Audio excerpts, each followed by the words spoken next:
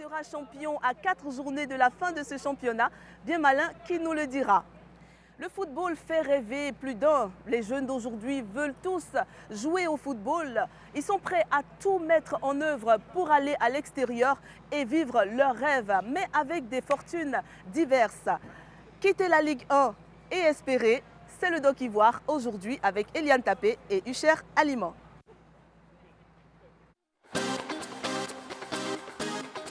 Des professionnels ivoiriens, le grand public a surtout l'image de ceux qui ont signé dans l'un des 5 grands championnats. Ouais, c'est bon, c'est bon, c'est bon, c'est bon, voilà, c'est bon, c'est bon, c'est bon, c'est bon, voilà, c'est bon. Un footballeur, c'est comme n'importe quelle marchandise.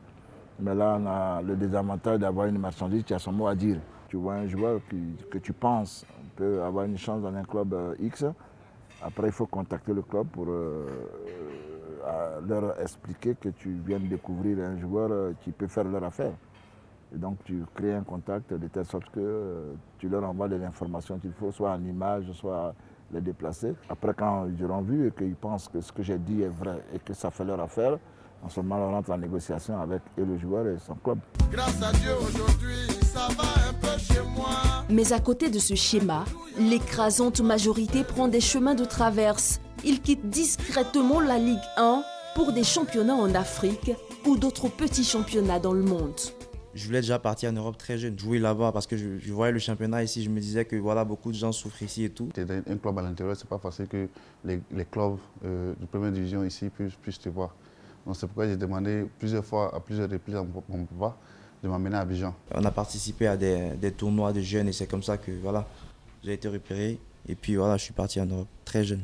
J'ai fait 6 années en formation à l'académie et après je suis monté 2 années en équipe professionnelle. Et c'est en équipe professionnelle que j'ai été repéré par des recruteurs et tout. C'est l'année de réussite, fait oublier 10 ans de galère. En ce moment, ils sont nombreux, les jeunes footballeurs ivoiriens qui rêvent de commencer une carrière de footballeur professionnel au Maghreb avant d'arriver en Europe. Mais victimes de leur propre imprudence ou d'agents véreux, nombre d'entre eux voient leurs rêves se briser. Ce n'est pas le cas du jeune Bakary Koné. On est parti jouer la Ligue des Champions contre le Raja de Casablanca. J'ai fait un gros match là-bas. C'est là qu'ils sont rentrés en négociation avec la SEC et c'est comme ça que ça s'est fait et puis je suis parti. En 2008, en mi-saison, en Côte d'Ivoire, j'étais déjà meilleur buteur. Et c'est comme ça, les clubs comme au Maroc, Hassania d'Agadi m'ont repéré. Et ils ont voulu que je puisse venir les aider aussi à développer le club. L'année surpassée, on a terminé champion. J'ai été meilleur joueur africain, meilleur joueur du championnat. Enfin, voilà, après ça m'a réussi parce que tout le monde était avec moi, j'avais la confiance, j'étais plus libre. Dieu va changer ton histoire, un jour on parlera de toi. Les pays du Golfe et ceux de l'ex-bloc soviétique sont également des filières. Gérard Gou a pu se faire un nom au Kazakhstan. Quand on me disait Kazakhstan, moi je me disais que c'était les pays où il y a comme le BOM, comme Afghanistan. Voilà, donc j'avais un peu peur. Au début j'ai dit non, que je ne vais pas là-bas. Je vais gâter ma carrière, je vais tenir ma carrière et tout. Mais je n'ai pas de doute ici. C'est là-bas que j'ai remporté tout ce que vous voyez là. Le nord de l'Europe reçoit également des footballeurs ivoiriens qui essaient de faire leur preuve d'arriver un jour dans un grand championnat. J'étais au centre de TI et il y a eu un tournoi où j'ai été recruté par des Norvégiens. 6 mois après, je suis parti faire mon premier test dans un autre club que celui où j'ai commencé en fait. J'ai fait une bonne saison en Norvège où j'ai marqué 14 buts et j'avais des tas d'offres. Mais mon club était dans une situation pas facile, du coup j'ai dû me retrouver en Chine parce que c'est là-bas qu'on paye plus.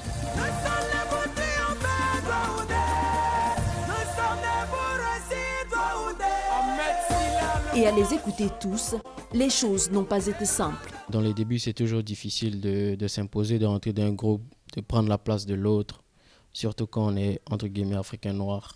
Je me souviens d'un jour où on était à l'entraînement. Il y avait un joueur en particulier qui était toujours là à nous mettre des coups, enfin les Africains noirs. Et il nous dit, moi je m'en fous des Arabes, je m'en fous des Noirs. C'était un peu blessant, mais bon, après c'est normal. Arrivé au niveau, il y a beaucoup plus de discipline que ce soit dans les vestiaires ou en dehors des vestiaires, pour pouvoir ranger tes chaussures correctement. Sinon, tu vas payer une amende. Par exemple, j'ai été en retard une fois au quart. Le jour du match, en fait, ça double, donc j'ai payé 500 €. Ici, là, tu vois, tu touches pas assez, donc tu t'en fous. Le coach peut te donner un petit cocota, comme on dit. Mais là-bas, par contre, c'est différent. Là-bas, tu sais que tu vas perdre de l'argent à chaque fois que tu fais une bêtise, donc tu fais plus attention. Moi, par exemple, quand je suis arrivé au WAC, sans que je sache, on me dit, bon, ok, il n'y a pas de problème, on t'a trouvé un appartement, tu vas habiter ici, tout et tout est bien. Tu es bien, tu es chez toi, mais ton voisin, c'est un gars du club. Je suis très tardivement. Je l'ai su peut-être 1 an après comme ça. Au total, on peut passer par un petit championnat pour arriver un jour dans un grand. Mais il ne faut pas partir dans n'importe quelles conditions. Les parents surtout de dire accompagnez vos enfants au foot pour voir ce qui se passe avec les coachs. J'ai toujours dit ça à mes frères, ne jamais payer pour voyager. Quand un club te veut, c'est qu'il te veut. Il n'y a pas de club qui demande à un joueur de payer son billet d'avion. Il n'y a pas un club qui demande à un joueur de payer son test.